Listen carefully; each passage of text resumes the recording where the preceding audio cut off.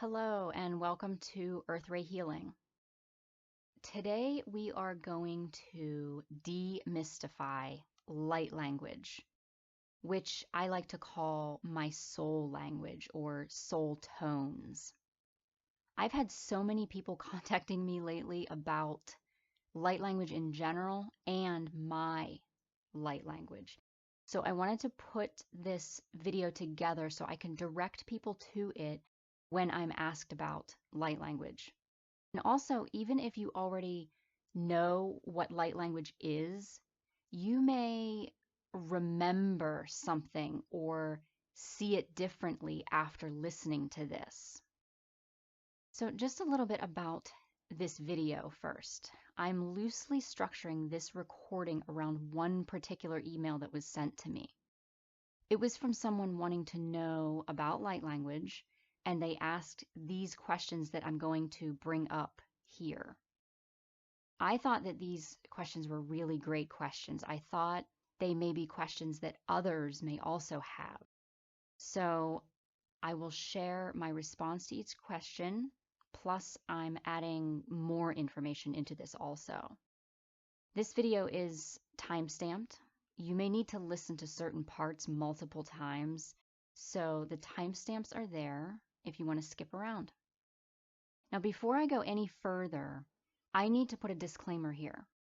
This is all my opinion. There is no book on your spiritual, personal, life path, right? Light language is not in the dictionary. There's nothing linear about any of this. If you ask 10 different people that speak it what it is, you'll most likely get 10 different, maybe similar answers. But all of what I'm about to share is based on my experiences, my knowledge, my downloads, my beliefs, my alignment. If your or others' experiences, beliefs, and so on are different, I'm okay with that. So please don't throw me in with others and say, well, they said this, and it's the opposite of what you're saying. Everyone's story is different. I'm sharing mine. So here we go. The first question: is every soul in a human body given galactic codes before incarnating? My understanding is yes. We are all wired with coding. It's part of the human ingredients, from what I understand.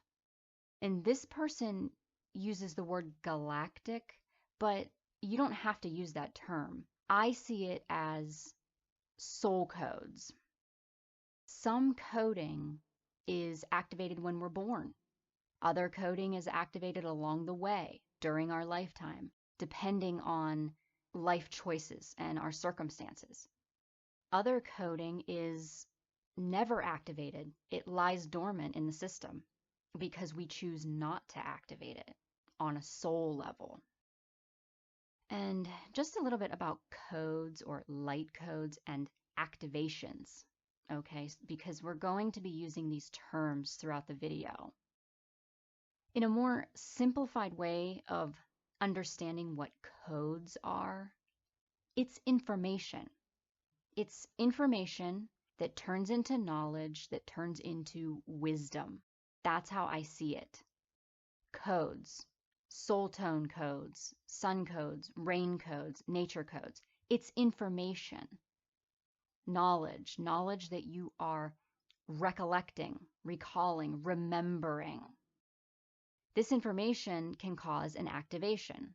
It's most likely not brand new information. It's been dormant in your system because we're programmed to forget. In a more simplified way of understanding what an activation is, it's an aha moment or a group of aha moments that you choose what to do with. Activation, it's when you make something active. You choose what to make active. You choose this on a soul level. And you expand from that. Your consciousness expands from that activation.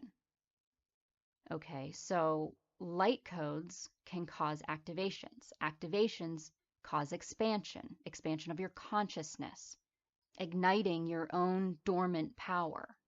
You're coming into alignment with what you really are and what you really want. These terms go hand in hand with understanding your soul language. Moving on to the next question. If souls in human bodies are indeed given codes, why do only some people have light language activated? So my answer here is that light language, which again I call soul tones or my soul language, is simply self-expression. It's self-expression. It's not that it has to be activated. It's actually a remembrance. And then it's self-expression of that remembrance. It's self-expression. I am expressing myself when I'm bringing the codes through. So just a really short example of a 3D way of thinking of this that's popping into my head. If you think of a painter that paints a painting, they are channeling information and it comes out as a painting by way of their self-expression. That painter is activated by their own channeling that is self-expression as a painting. And if that painter shares the painting in like a gallery and people come to look at that painting, then they too, if they choose to open their energy and be receptive, can become activated by that painting also. That's how my codes work. If I'm in a personal session, my process is I tune into my inner self. Some call it higher self. I use them interchangeably, but prefer inner self. My inner self is tuned into the client's inner self. I never tune in lower self to lower self. So while tuned in to my inner self that is tuned into their inner self, I express what I need to express for that client based on the connection and the intentions. During this, I'm being activated or cleansed or grounded or cleared, and the client opens their energy to receive my self-expression, and they are then activated, cleansed, cleared, grounded, depending on how open they are to receiving. It works the same with videos, but it's on a collective level.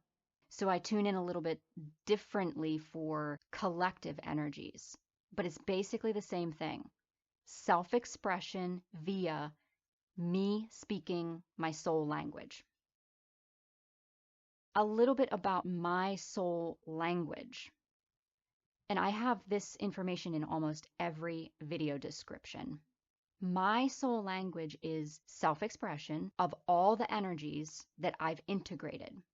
So we're talking sacred geometry, sun, moon, earth, angelics, Thoth, Merlin, my star selves, my dragon self, my Avalon selves, Goddess Isis, even different facets of me from this life. And there's so many more, too many to list. I do not channel outside of myself, meaning I do not channel beings from random places, beings from other planets, or beings from other times that are outside of me. If I have not integrated them, I will not channel them. Now, I'm not saying it's wrong to channel outside of yourself. This is just how I work. I channel my inner self, which is, again, all of the energies that I've integrated. I continue to integrate. It's a continually growing collective that makes up who I am. They become me. I am them. Moving on to the next question. Is light language dormant in all of us, ready to be activated? So I think the first thing to mention here is, again, that your soul language is remembered. It's not technically activated. That's not how I see it. The remembrance is activated.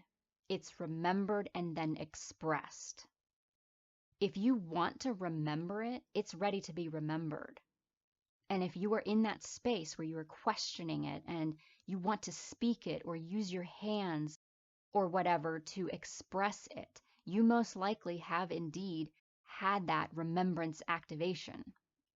And you're at the point now where you need to understand what channeling is. Start in the heart for that. Now, that would be a whole different video. So, an example of this is that I've had clients in personal sessions that have never spoken their soul language, and they start speaking it while I'm speaking it.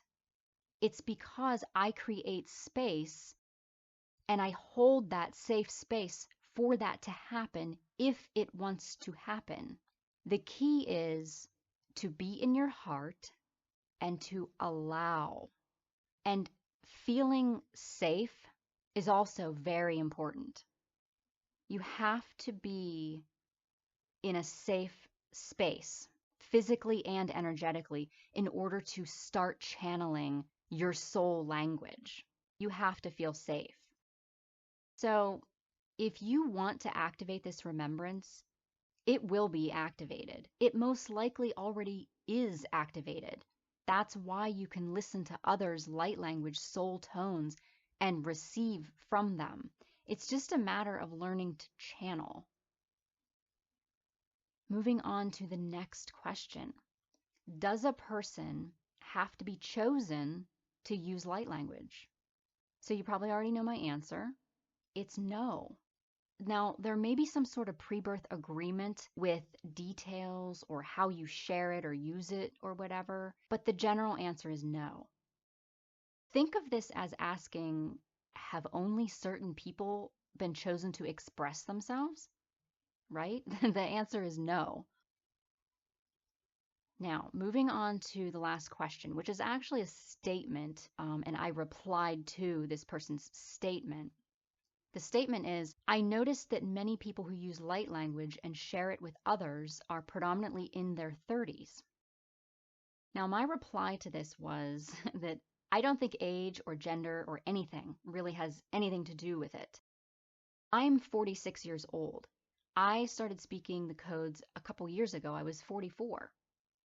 With YouTube, I think sometimes the algorithms see who you tune into and they give you more of the same. So if you tune into a female in her 30s that's speaking her soul language, they will give you more of that.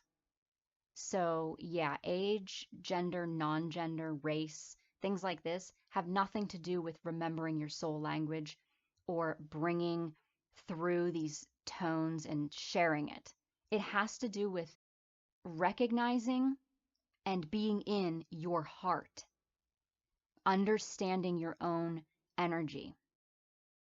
Some final thoughts on speaking your soul language. Again, it's self-expression. It comes from the heart. Sometimes for me, it feels like I'm speaking sacred geometry through my heart, if that makes sense. Mine is my heart. Remembering your soul language, it's not necessary to get through life, right? Just like painting isn't necessary to get through life. But if you're feeling connected to soul tones or your soul language, I think it's so important to look into that. Express yourself, even if you don't plan to share this with anyone. When you remember and you learn about channeling and you express or speak your soul, it can help to open and ground your energy. When you're open and grounded, you receive easier. And when you receive easier, you operate with more flow. You may make decisions easier. It allows for more harmony, harmonic, energetic flow, which creates healing. It creates space for you to heal. And also, it may turn into something completely different. You may connect with your soul language, and then it helps you to sing or dance or draw or write or compose or be a better communicator with others. You may not speak it forever, but it may be a gateway to something else. So I think if you feel a call to working with your soul language, do it. Start at the heart and go from there. Your spirit will guide you. Now, having said that, if you feel connected to my soul language, my vibe, and you feel I may have something for you, connect with me. See the explore link below. Check out my services, my sessions. See if one of them stands out for you. I love working with you guys. Links will be in the comments and in the description. I hope that this was helpful for you. As always, thank you so much for being here, and I will connect with you next time.